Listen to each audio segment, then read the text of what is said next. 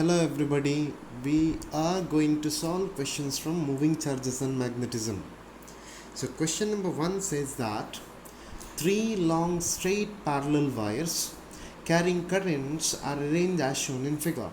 The force experienced by 25 centimeter length of wire C is. So you need to calculate force acting on C due to two other conductors. So conductors are given in this particular way. So this is now C and this is now G and this is now D. In this conductor, current of 30 ampere is flowing in upward direction. In this particular conductor, current of 10 ampere is moving in downward direction. In this current conductor, 20 ampere current is moving in upward direction. So distance between these two is 2 centimeter and distance between these two is now 3 centimeter. What is our task? Our task is to calculate force acting on C.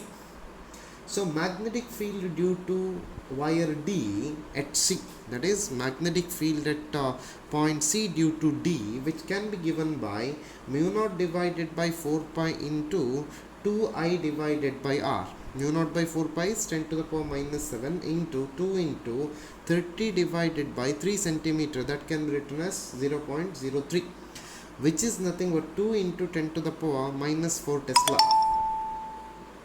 which is directed into the page.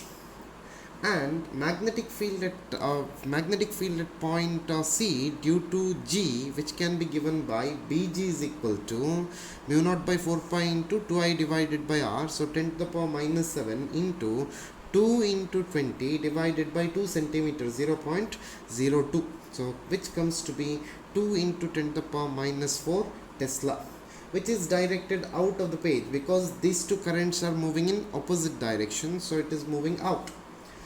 Therefore field at position C, therefore field at C, that becomes now B, which is equal to BD minus BG.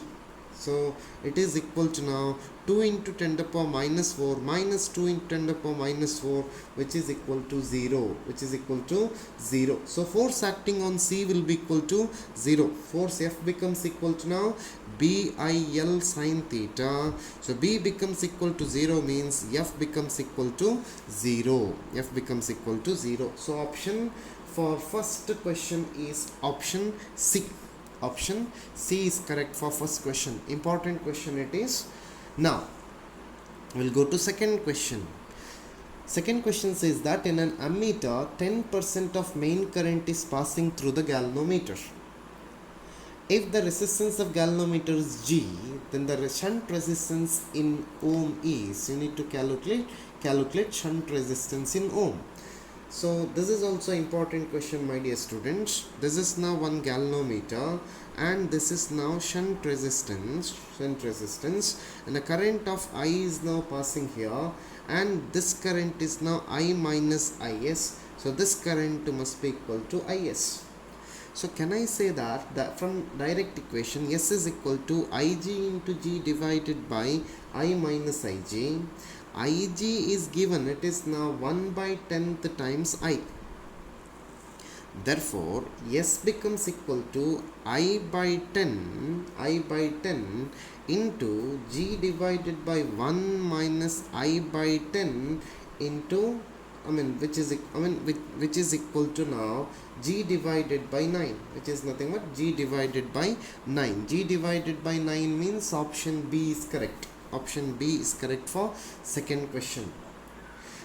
Third question, electron of mass m and charge q is traveling with the speed v along a circular path of radius r at right angles to uniform magnetic field of intensity v.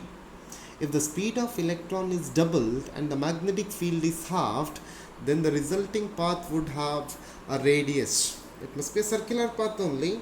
Centripetal force of electron. So third question, centripetal force of electron is due to the magnetic field. So that can be given by mv square divided by r. That is nothing but centripetal force, which must be equal to qvb sine theta it is now perpendicular to magnetic field, so I can say that it is yes, so it is now sine 90. So R becomes equal to now mv divided by qb, mv divided by qb. Now the velocity is doubled and the magnetic field is halved.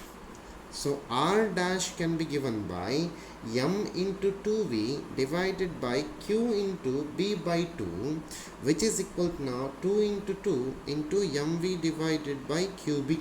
So which becomes equal to now 4 times R, which becomes equal to 4 times R. So option B is correct for third question.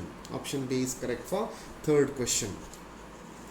We will move into fourth question, my dear students. Fourth question says that a galvanometer has a resistance of 15 ohm and gives full scale deflection for a current of 4 milliampere.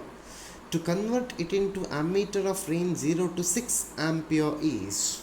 So galvanometer can be converted into ammeter by connecting a shunt resistance which is parallel to galvanometer. So S can be given by Ig into G divided by I minus Ig, that is shunt resistance required, which is equal to now Ig is 4 milliampere into 15 divided by 6 minus 4 into 10 to the power minus 3. If you calculate, it is now 10 milliohm. 10 milliohm means option A is correct.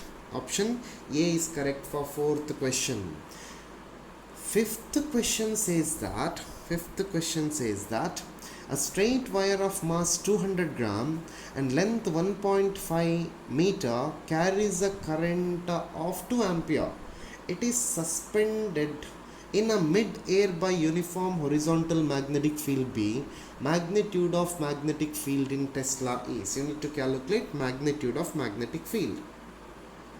So it is a straight conductor, so magnetic force acting on conductor is now BIL sine theta, or it is now BIL sine 90, which is nothing but BIL.